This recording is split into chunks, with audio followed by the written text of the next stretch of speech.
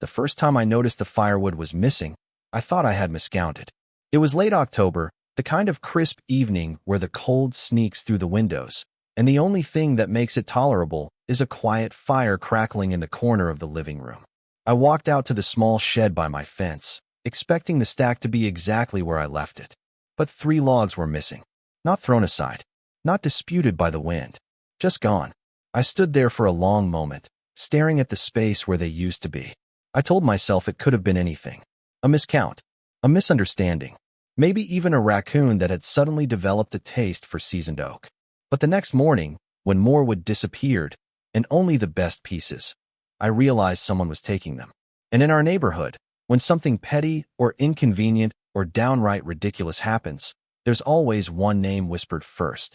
Karen, our HOA president, our self-appointed neighborhood guardian, and the woman who believed everything within a 5-house radius somehow belonged to her. I didn't want to jump to conclusions, but denial only lasts so long. By the time the 4th disappearance happened, I was done pretending. The problem wasn't the firewood. It was the principle. I had split that wood myself, stacked it, seasoned it, paid for it, and someone, likely Karen, was helping themselves to it without even the decency to hide it. The next night, I stayed up later than usual, lights off, waiting. At 1:17 a.m., I heard the back gate squeak, a sound I knew too well.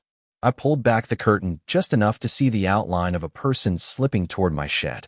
A flashlight clicked on, and the beam drifted across the firewood like someone choosing fruit at a grocery store. My heart sank. It was Karen.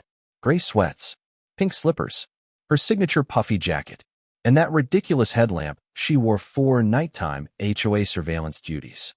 She grabbed an armful of my firewood, looked around, then hurried out the gate like a burglar in a cartoon. The next morning, she had the nerve to send out a community email reminding residents to secure their backyard areas to prevent tempting the less responsible members of the neighborhood. I read it 3 times before laughing. Then I stopped laughing, because this was no longer petty. It was intentional, calculated, and humiliating. Karen wasn't stealing firewood because she needed it. She was doing it because she thought she could, because she was Karen, because she was HOA president, because she thought rules didn't apply to her. That was the moment something shifted in me, a warmth beneath the frustration, a spark, a hint of revenge brewing. I wasn't hot-headed. I didn't want to fight, but I also wasn't going to let her keep walking into my backyard like it was a free shopping aisle. So I decided to do something about it. Not by confronting her, not by emailing the HOA board she controlled, not by calling the police over something as small as firewood. No, if Karen wanted to play games, I could play too. The trap didn't start as a trap. It started as a question. How do I stop her from stealing my wood without starting a war? I sat on my porch steps, watching the afternoon sun slide down the rooftops. Neighbors walked their dogs. Kids biked in circles. Life continued as usual, except I couldn't shake the feeling that I needed to do something more clever. I didn't want to hurt her, but embarrassment, a little public exposure, a dose of accountability, that felt fair. So I began setting up a plan. A simple one. Nothing dangerous, just enough to prove what she was doing. I bought 3 cheap hollow logs from a craft store. They were surprisingly realistic. Then I filled them, not with anything harmful, but with bright pink glitter powder. The kind that sticks to everything. The kind that doesn't wash out for days. I placed them carefully at the top of the stack. Perfectly visible. Perfectly irresistible. Then I waited. That night, I heard the gate again. The same squeak. The same footsteps. 1:03 a.m. Earlier than usual. Karen must have felt bold. Or maybe she wanted the good pieces before someone else stole them. The flashlight beam moved. Her hand reached out. She lifted one of the hollow logs. And the moment it tilted, a soft pop, a burst, a cloud of neon pink glitter exploded into the air. I covered my mouth, watching from the dark window. Karen froze. Her entire face and jacket shimmered like a disco ball. She dropped the log and staggered back. I tried not to laugh. Failed. Had to bite the inside of my cheek. The night was silent except for her whispering accusations to herself. Something about youth vandals and security footage. She hurried home, leaving a trail of glitter footprints behind her. The next morning, half the neighborhood had seen her. Because the glitter didn't wash off. It clung to everything. Her jacket, her hands, her hair. By 10 a.m., the HOA group chat was buzzing. Someone posted a picture of the glitter trail leading from my shed to her backyard. Someone else asked why the HOA president was sneaking around people's fences at night. No one had answers. Karen didn't send any emails that day. She didn't patrol the neighborhood. She didn't even take her dog out. It should have been satisfying. It should have been enough. But it wasn't. Because later that evening, I found something in my mailbox. A letter. Typed. Cold. Stamped with the HOA logo. Notice of violation. Unauthorized storage and unsightly backyard conditions. She was retaliating. Even after being caught. Even after being exposed. And if she wanted to escalate, I was more than ready. I stared at the violation notice in my hand for a long time. The cheap HOA paper trembling between my fingers. Unauthorized storage. Unsightly conditions. Karen had gotten glitter bombed at 1 in the morning and somehow still found the energy for a power play by sunrise. A small part of me almost admired the persistence. But the larger part? The part that had spent the last week losing sleep, dealing with a petty tyrant stealing from my yard, and watching her twist the rules to her own benefit? That part was furious. I walked inside, closed the door gently, mostly because I didn't trust myself not to slam it, and laid the letter on the kitchen table. I read it again, then again. The wording was vague. Purposefully vague. Karen's signature tactic. Unsightly backyard conditions. What did that even mean? My shed was clean. My firewood was neatly stacked. I didn't have trash or clutter laying around. She was fishing, hoping I'd bite, hoping I'd panic. I wasn't going to give her the satisfaction. A soft knock sounded at my door just as I was considering my next move.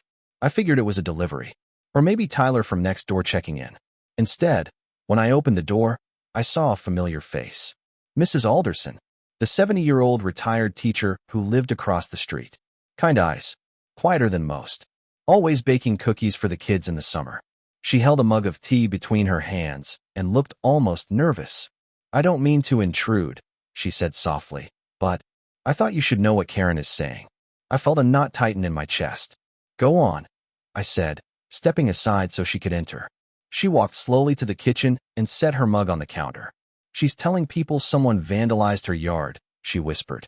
"She's blaming teenagers at first, but then she started implying it might have been retaliation from you."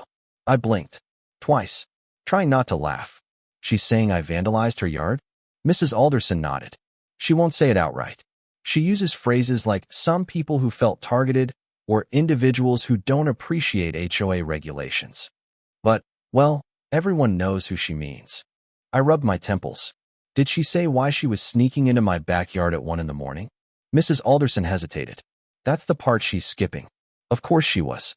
And, she added gently, "she's scheduling an emergency HOA board meeting tomorrow evening. At her house." My stomach dropped. That wasn't normal. That wasn't even allowed. HOA board meetings were supposed to be public and scheduled at least 5 days in advance. Karen had never followed the rules personally, but the HOA bylaws? Those were her scriptures. If she was breaking those, something was wrong. "Thank you," I said, forcing a steady breath. "Seriously." She gave me a sympathetic smile. "I know you didn't do anything wrong. And others do too. But Karen, she's doubling down." Of course she was. Karen didn't get embarrassed. Karen retaliated. Karen rewrote the narrative. And now she was cornered, which made her more dangerous. After she left, I paced the kitchen in slow, tight circles. I needed a plan. Something better than a glitter trap. Something solid. Something undeniable. The problem was, Karen had the advantage of authority. The HOA backed her by default. Even if she was wrong. Even if she lied. People listened to her. But people also love drama. Especially when the queen of the neighborhood was involved. The more Karen tried to bury her embarrassment, the deeper she dug herself. I had footage of her stealing the firewood. Not great footage, but enough. A silhouette. Her jacket. Her headlamp. Her distinctive walk. And that glitter trail. That alone was damning. But exposing her outright felt too easy. Too predictable. Too blunt. Karen thrived on chaos. On weaponizing pettiness. On twisting people's words. If I went after her directly, she'd spin it. She'd cry harassment. She'd call a vote. She'd gather her loyalists. No, I needed to expose her in a way she couldn't escape. A way that didn't rely on shouting or accusations. Something she did to herself. That evening, I stepped outside with a rake and started tidying my backyard. Nothing needed tidying. It was already clean, but I needed the excuse to think. As I worked, I saw a movement at the end of the street. Karen, walking her dog. Fast. Head down. Jacket zipped up. I watched her for a long moment. Her dog tugged on the leash, sniffing every mailbox. Karen barely noticed. Her eyes were darting house to house, checking if anyone was watching, checking if anyone knew. When she spotted me, she stiffened. For a second, we locked eyes. She looked furious, and humiliated, and scared. A powerful combination. A volatile one. Her mouth twitched like she wanted to say something, to shout, to blame. But instead she turned sharply and walked the other way. Fast.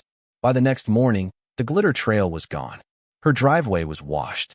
Her porch scrubbed. Her trash cans rinsed. She was erasing the evidence. But it didn't matter. Others had already seen. The neighborhood group chat had screenshots. People whispered. People wondered. Karen was losing control. And people like Karen don't handle losing control well. At noon, I checked my mailbox again. Another letter. This one was shorter, more frantic. Her typing had little indentations where she must have hit the keys too hard. Failure to address previous violations will result in fines and sanctions. Fines. Sanctions.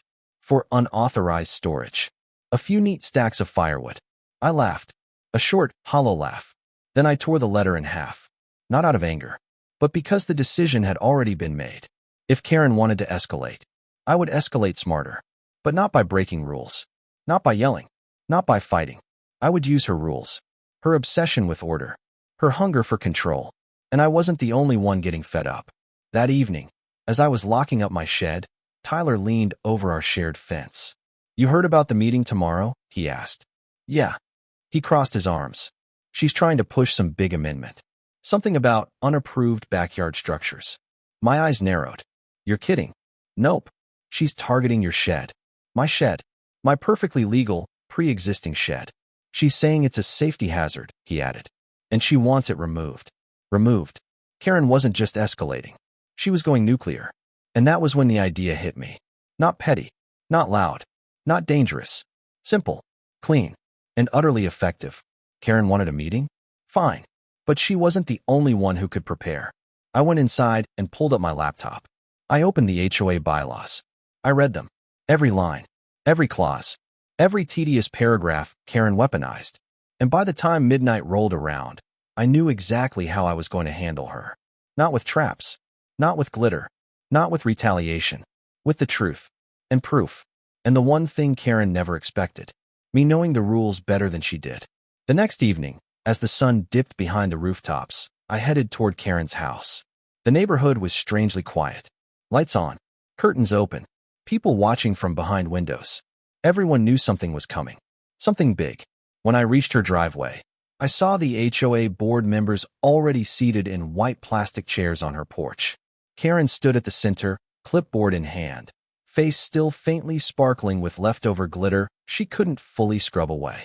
She smiled when she saw me. That tight, stretched smile that didn't touch her eyes. "Thank you for joining," she said. Her voice dripped sweetness. Fake. Calculated. Everyone settled. The meeting began. Karen cleared her throat. "We're here to address a serious matter of noncompliance." But before she could finish, a voice from the side interrupted. "Actually," I said calmly, raising a hand, "I'd like to start with a question." Karen stiffened. Her pen hovered. Her eyes flashed warning. But I wasn't afraid. Not anymore. Because this time, everyone was watching.